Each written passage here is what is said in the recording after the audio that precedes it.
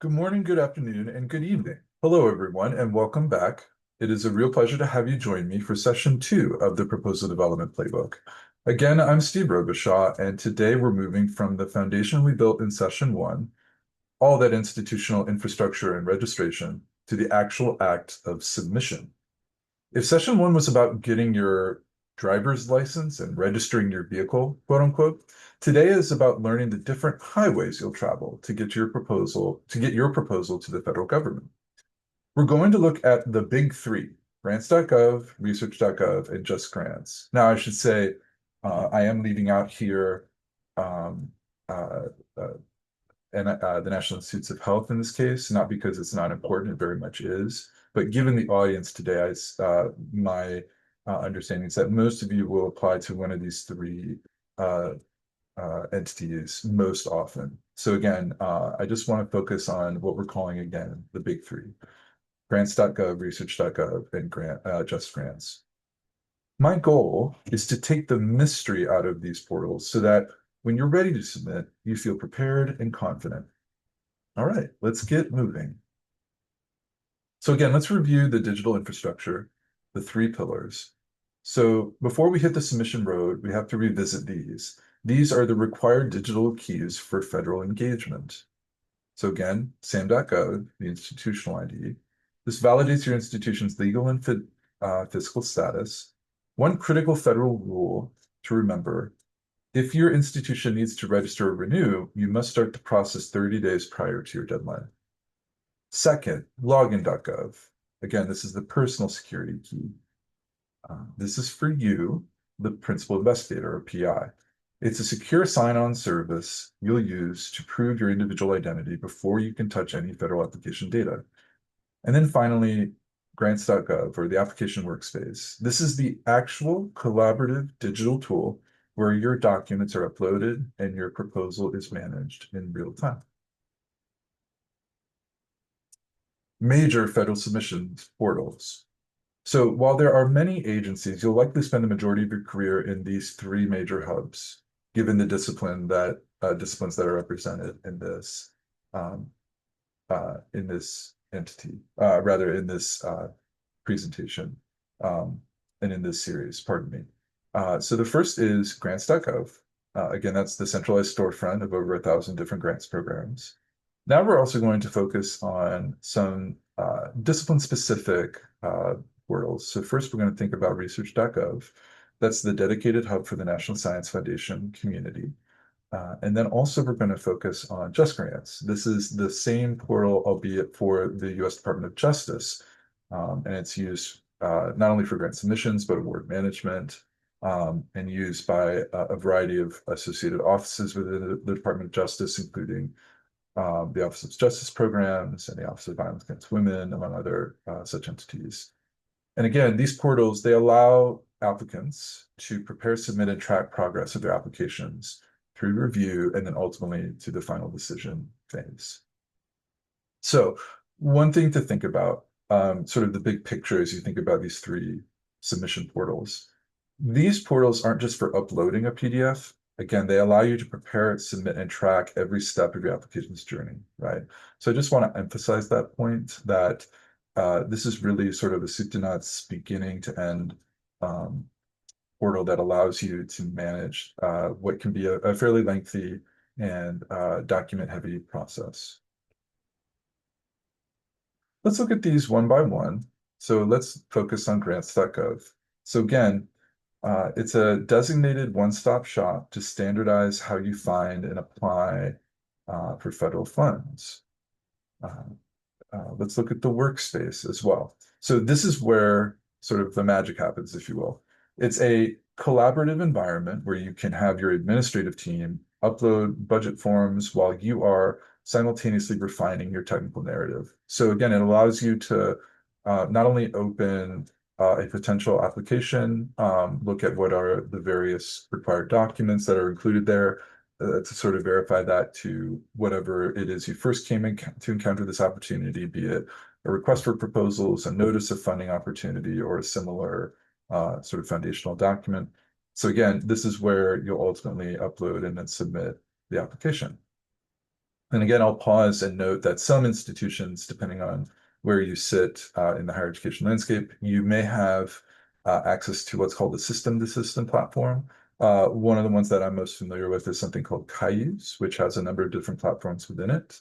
But specifically, we have Cayuse SP or the sponsor programs um, module, and that helps us to get routing approvals, which is to say the approvals from people like your, and again, we'll remember this term, your authorized organization representative and other entities within your institution to get that sort of approval. But then also, and more apropos here, you'll have Cayuse system to system or S2S. And that's again just one version of a company-based platform that allows you to upload these application data in real time. But what they're doing is interfacing with this workspace feature. So that's something to keep in mind, whether you work directly on Grants.gov or indirectly through a system like Cayuse. So in addition, you want to search and learn for grant opportunities, right? So you can use the enhanced search tools on Grants.gov to find opportunities by agency or eligibility. If you're new to this, I can't recommend the Grants Learning Center highly enough. I did mention this a little bit in a previous session, and I'm happy to review that again briefly as we look at some of the websites. It's filled with grant writing tips and intro videos that are perfect for those new to the process. And again, here's another tip for your principal investigators out there. Grants.gov also has a mobile app you can use to track the real-time status of your hard work directly from your phone. So that might be helpful as well as you utilize Grants.gov. So again, now that we focused on our sort of centralized storefront, let's focus on the one that focuses on the National Science Foundation or Research.gov. So for many researchers heading toward the NSF, you will become very familiar with Research.gov. It is the specialized grants management system dedicated to the NSF community. So here, practice makes perfect. A standout feature here is the demo site. So this is a sandbox where new PIs can practice preparing proposals and project reports without the fear of accidentally submitting an unfinished draft. I'll show you an example of this later in the presentation, but just sort of bookmark that in your mind for the moment. And then it also, and this is something that other platforms offer as well, they offer compliance checks. So this is an error warning system, and this is very much your friend. It performs automated compliance checks. So it'll flag things like margin errors or missing required documents before you hit submit. This process is sometimes in our line of work referred to as validation. You validate a proposal before you submit it. And the Research.gov offers that as well. It's a really helpful tool to think about this. One thing I'll note, though, about Research.gov is that it corresponds to what's called the Proposal and Awards Policy and Procedures Guide, or PAPG. This is the foundational document for requirements for the National Science Foundation and its applications it submits. But just note that when you are performing this compliance check, sometimes an NSF, they refer to it as a solicitation or a core solicitation, may have requirements that are not necessarily represented in that validation process or in that compliance check. So what you want to do is before you use the compliance check feature, you want to check to see if there's any unique RFP specific requirements on this specific solicitation. But again, having that check system is really helpful.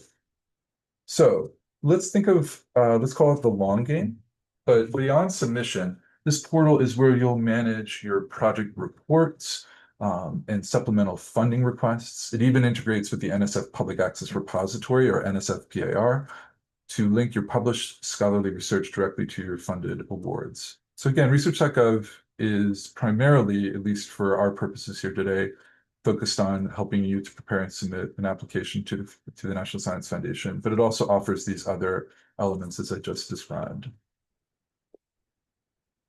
So we focused on Grants.gov and Research.gov, and let's round it out with JustGrants. So this is a more, I won't call it a boutique system because it receives applications from the US DOJ, which is a major institution within the federal government. But it is a bit of a different animal. It's used by various offices within the department. And very similarly as before, it is an end-to-end management system, which means it handles everything from application to award closeout. So there are kind of a two-step submission process to this. So pay attention here. So DOJ grants usually require a two-step submission process. So you'll typically submit part of your application in Grants.gov first, and then you complete the deeper technical details directly within JustGrants. Because it's a comprehensive system, JustGrants provides a massive video library and hosts weekly training webinars specifically for new applicants.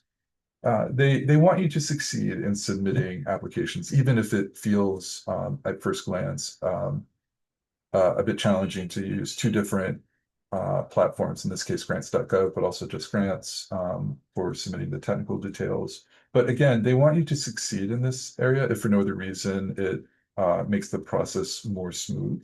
So we definitely invite you to take a look at some of those resources within the Department of Justice ecosystem as represented in JustGrants. So again, something to keep in mind, we'll also take a look at this a little bit later in the presentation, but just note that for those of you that are focused, as are many in this particular speaker series, for those that are interested in justice-related research, JustGrants is one of the places you'll really want to familiarize yourself with. All right, so administrative roles in submission. Let's review some of these terms that will both be familiar, but also will have new salience as we look at this element of the process. So let's reiterate a key policy point. Federal agencies award grants to the institution, not the individual PI. Your institution assumes all legal and financial responsibility for your award. Again, we come back to this distinction between the PI and the institution. What is your focus as the PI? Well, you are the technical lead responsible for the science of the proposal. And what is the role of your AOR? Again, that is the only person with the legal authority to sign your application and bind the institution to the federal government's terms. And then finally, we have our submission workflow.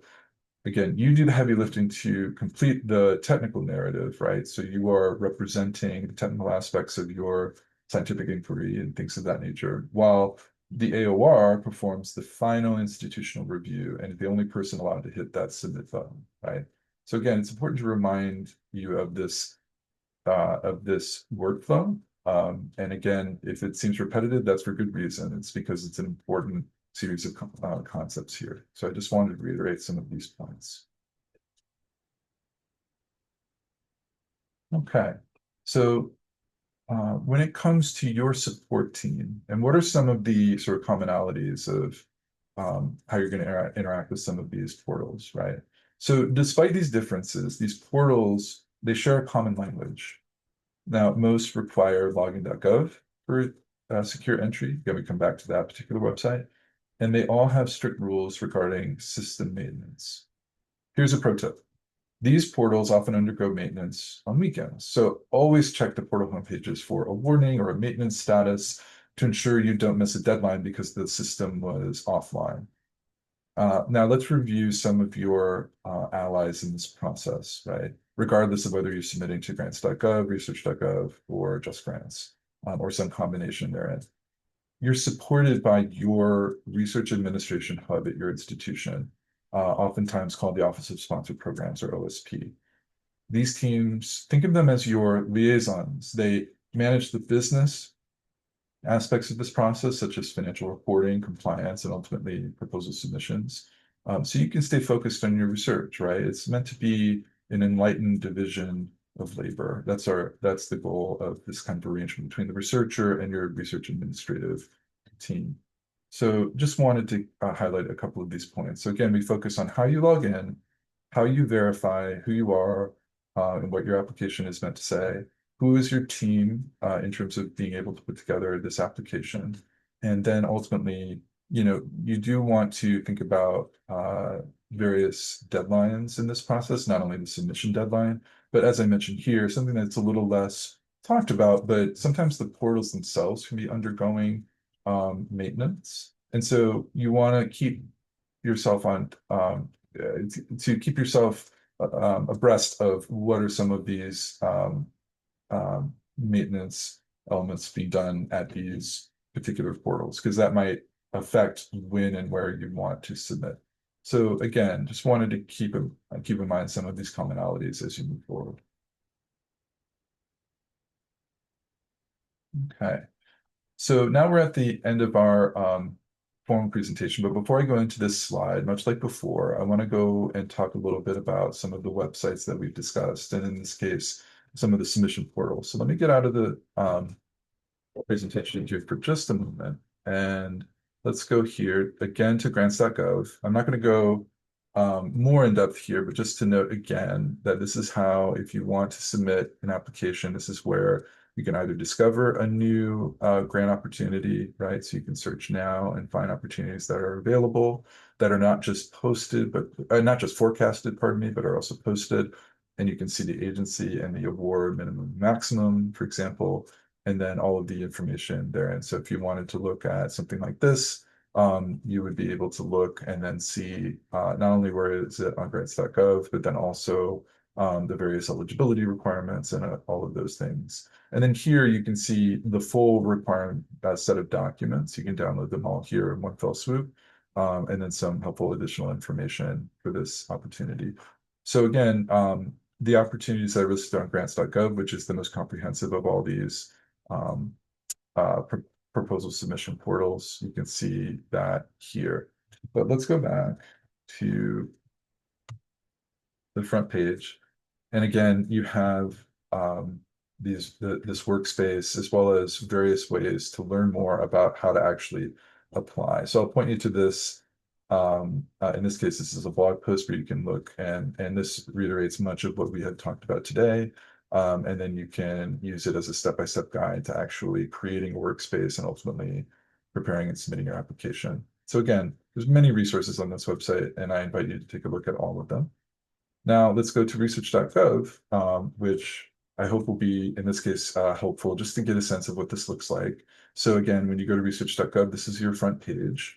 You'll ultimately need to sign in. And again, when you sign in, you'll be able to sign in using your Research.gov credentials. And so you'll be able to create those here. But I want to take a look at this demonstration site as a way to look at some of the ways in which you can look on this platform, right? So again, we have this demo role, and if you want to prepare, say, a new application or some of these interim or extensions of a given proposal, let's take a look at the full proposal format, right? So what I'm going to do is you have different organizations that are listed in your proposal. So here's Swarthmore College in my case, so I'm going to select and continue. Now, in this case, you can find your specific funding opportunity. Again, this is just but a demonstration, so there's no particular issue in terms of creating something and then, it's not going to be submitted. Again, this is meant to help you understand, sort of look under the hood, if you will. But you can find a specific opportunity number is represented here by this NSF and then numeric designation. And there's a whole variety of them listed here. What I'm going to do is just do the regular PAPG opportunity here. And then in that case, we're going to go next. Okay. And then you would determine which directorate you wanted to move forward in. So let's say in this case, the social and behavioral sciences. And then you could do a specific division therein. So let's do, say, behavioral sciences, and then the various programs that are available. So it could be any number of things. What I'm going to do is say something that focuses on economy and society. So we say that selection, and then you move on from there to your proposal type. And then in this case, there's a variety of different kinds of applications. I won't go into all of these here, but it's worth taking a look at these as you begin to peruse the Research.gov website.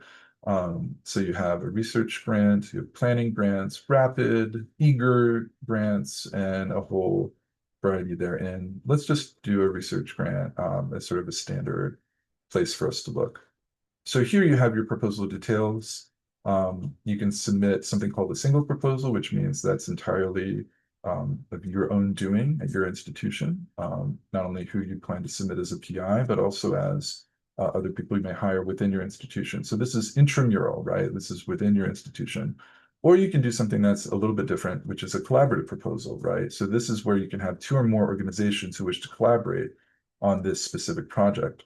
And so in this case, this will be a little bit more complex where you'll have a lead institution, and then you may have others that will submit their own elements of the application and their own instances of the Research.gov portal, but they have a common um, application number, and then that will allow for those that are reviewing to review the application as a single unified entity.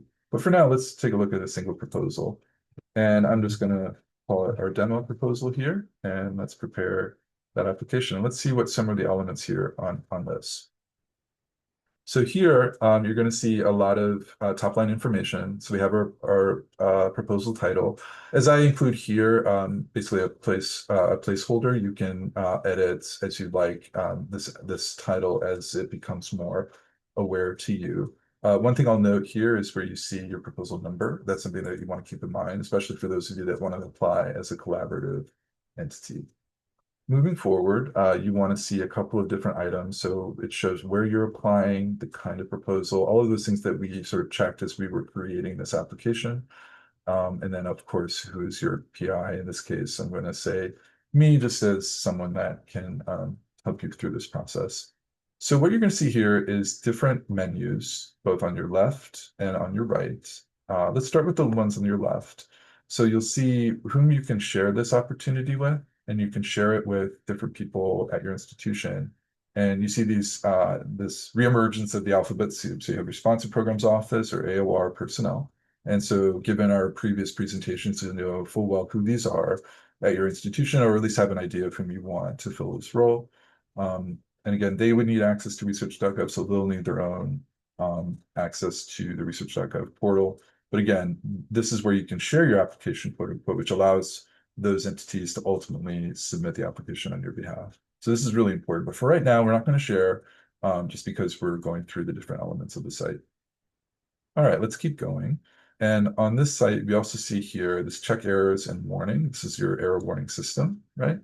And so if we were to begin the process, this is a really good place to show when you do this validation, right? This check of this error warning system, it can show you all the elements that you haven't done so far. Now, given that I haven't put anything into the application, you can see all of the elements here that are going to be required for a standard application within the PAPG format. So you have your cover sheet, project summary, which is a smaller description of your narrative, which is the project description, references cited, your budget and justifications. And then you have your facilities, equipment, and other resources document, and then the various documents within the senior key personnel documents framework. These include your biosketch, your current pending and other support, which shows what funding you have um, uh, uh, received or are you have submitted to the federal government. So it gives a sense of focus on what you're working on now. And then you have your collaborators and other affiliations. So this shows whom you've been working with in the past. And then something called synergistic activities, right, which shows what you're doing and how it kind of overlaps with the work that you're proposing to do here. And then ultimately, you have something called the data management and sharing plan. This is a particular interest of mine, but also something I think is very important for faculty members to understand, which is to say, when you prepare an application, you're not just thinking about the work that you're going to do during the project period of performance, but you also want to think about while you're preparing not only your application, but also carrying it out should you be awarded, you also need to think about the various implications for how you're going to manage your data moving forward. So for example, you may elect to put your data in a digital access repository. That repository needs to be federally compliant, or in some cases, you may add that information to, let's say in the NIH instance, you would be including that information on PubMed. And then there's other places that you can submit your data once you've completed that aspect of your project your proposed project here. So that being said, I don't want to go to too much detail here, but just note that there's a lot of information here that you want to submit with your proposal, right? And you see all of the required elements. So let's go back to the actual application here. And we'll see going through our elements here, the manage personnel and subaward organizations. And then, of course, this is if you have a collaborative proposal, you see some of the other elements here. You can add subawardees to this and have there we have it again, your UEI. You can see how important that is. And again, this can show the entity identifiers for your other institutions. So let's go back. And then you can ultimately print or delete the proposal while it's being put together. And this can help you to manage with the various parties on your campus that you're working with to get this done. You see all of these elements here, as I mentioned before, in the validation error section. But let's say you wanted to begin uploading some of this information. Let's just look at facilities as an example. You'll be able to browse on your computer for the document that is not only approved by your institution, but it's within the compliance elements of the PAPG in this case. So you'll want to add that here using that standard kind of browse feature. But let's go back and we'll look at some other elements. So let's look at, say, your project description. Very similarly, it looks very similar as before, but allows you to upload that narrative for ultimate submission, right? And then moving forward, there are some elements and they'll be represented by an I bubble here where there might be some pertinent information you'll want to consider.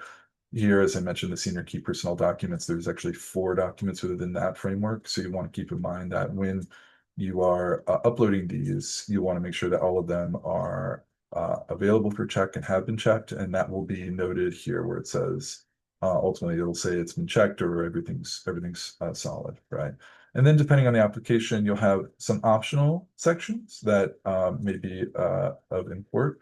And so that might be your letter of reviewers or maybe some other kind of document that supports your work that's available through the core solicitation on this opportunity. So you want to take a look at these as well as you see fit.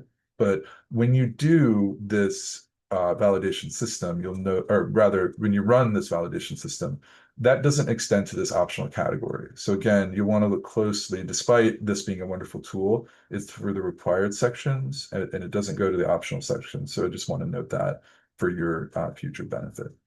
All right. So with that, I'm going to pause and stop looking at Research.gov, but let's go now to JustGrants. And this will round out our sort of review of these application websites today. But again, here's JustGrants. It's noted and co-branded with the U.S. Department of Justice. And as noted in the case of both SAM.gov and Grants.gov and the other websites that I've been showing you today, there's a number of resources from the very jump in terms of, what is JustGrants, and they'll give an outline as to what this is all about. And then it'll show the various kinds of content within the website that can help you along your journey of submitting, in this case, to the DOJ.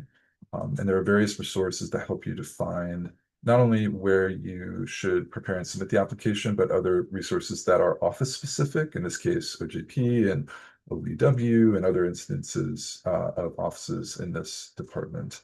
I won't go into all of these websites, but just know that they're there and they're there for your benefit. But let's go back to the homepage, and you have a link here which you can look at and have a more guided, in-depth tutorial on this question. But as you want to begin to log in, you can use this button here. And again, as you log in, you'll have your ability to sign in, right? And so in this case, you want to make sure as you log in that you have your proper credentials, and then you can reset a forgotten password and things like that. So they have this notice for users, which is again meant to understand that you're working on a public site, and so your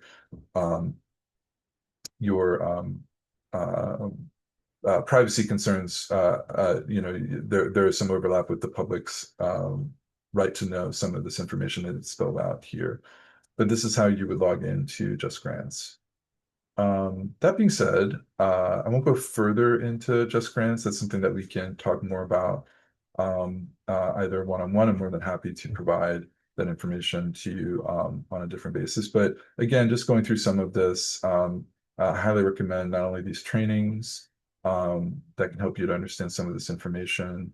And again, much of this will feel familiar having looked over Grants.gov and some of the other portals. So again, conceptually, you'll be able to understand these. But I want to highlight these weekly training webinars where you can take a look at the different dimensions of this platform and help you to understand. For example, if we wanted to submit an application, you can see some of this information and where you can find training sessions for this specifically. So I offer this to you as a way to not only be introduced to this website, but particularly introduced to the aspects of the website that help you to understand it more in depth when you want to submit. All right, so let's go back to the presentation and finalize this session for today. I want to note a couple of things here at the very end. So as we wrap up today with sort of the rules of the road, I want to introduce you to something called 2 CFR 200, or the Catalog for Federal Regulations, Title 2 CFR Section 200, I believe is the full term. And this is also called Federal Uniform Guidance, and it establishes, or rather, this is the rule book that establishes the administrative requirements, cost principles, and audit requirements for all federal awards. There are different what they call subparts. One that you'll want to, that either your OSP staff at your institution or you, if you're interested to learn more, one of the subparts that's really important to understand is what's called the subpart E, or cost principles. And this defines how you spend the money. Expenses must be, first and foremost, allowable, reasonable, and allocable to your project. What do we mean by that? So allowable means like essentially that this is a cost that you can have represented on your budget and budget justification at all. You also want to make sure that it's reasonable. By reasonable, it means it has to relate to the notice of funding opportunity or the RFP. It cannot be outside the bounds of what's normally research related, right? And then ultimately, when we say allocable, we mean that you should be able to allocate it to a part of the budget that is not something that you don't already budget for at your institution as a general matter. So for example, you want to make sure that when you're putting together a budget, for example, that you are allocating something that if your institution, as a matter of the normal course, provides this funding for, it might be hiring a specific staff or something along those lines, or working with graduate or undergraduate students in terms of remunerating them for the work that they're doing.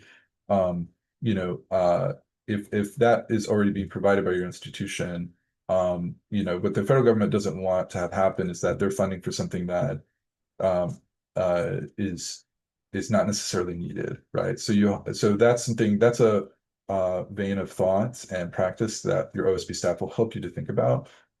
This is something that I'm studying for, but ultimately there are staff members that have what's called a certified research administrator designation who will be able to go through these cost principles with you and make determinations that maybe are maybe you're not sure exactly what's allowable, reasonable, and allocable in terms of your budget, and they'll be able to think through these details with you. So I highly recommend that you reach out again to your set of allies, your teammates on your campus, to help you think through these cost principles. Okay, moving forward, we also want to think about again the notice of funding opportunity, the request for proposals, other things like that. Your agencies are required by policy, the federal agencies that is, to tell you exactly how they will judge you. So the NOFO, as we call it sometimes, must outline the merit review process, which is an objective evaluation based on written standards. So again, that's something to think about as you think about compliance and federal guidance. So in closing for this particular section, I just want to emphasize that understanding these rules ensures your proposal doesn't just have the great science that we know that you can bring to the table, but is built on a foundation of federal compliance. So in other words, to make sure that not only that you can do what you say that you want to do, but that you're doing it in a way that the federal government recognizes as reasonable, ethical, allowable, and ultimately fundable, right? And so having a good sense of these compliance procedures will help you to be successful to that end. So So with that, I just want to say thank you for joining me for session two. Next time, on session three, we're going to talk about how to handle declinations and to turn a no into a future yes. And looking forward to seeing you then.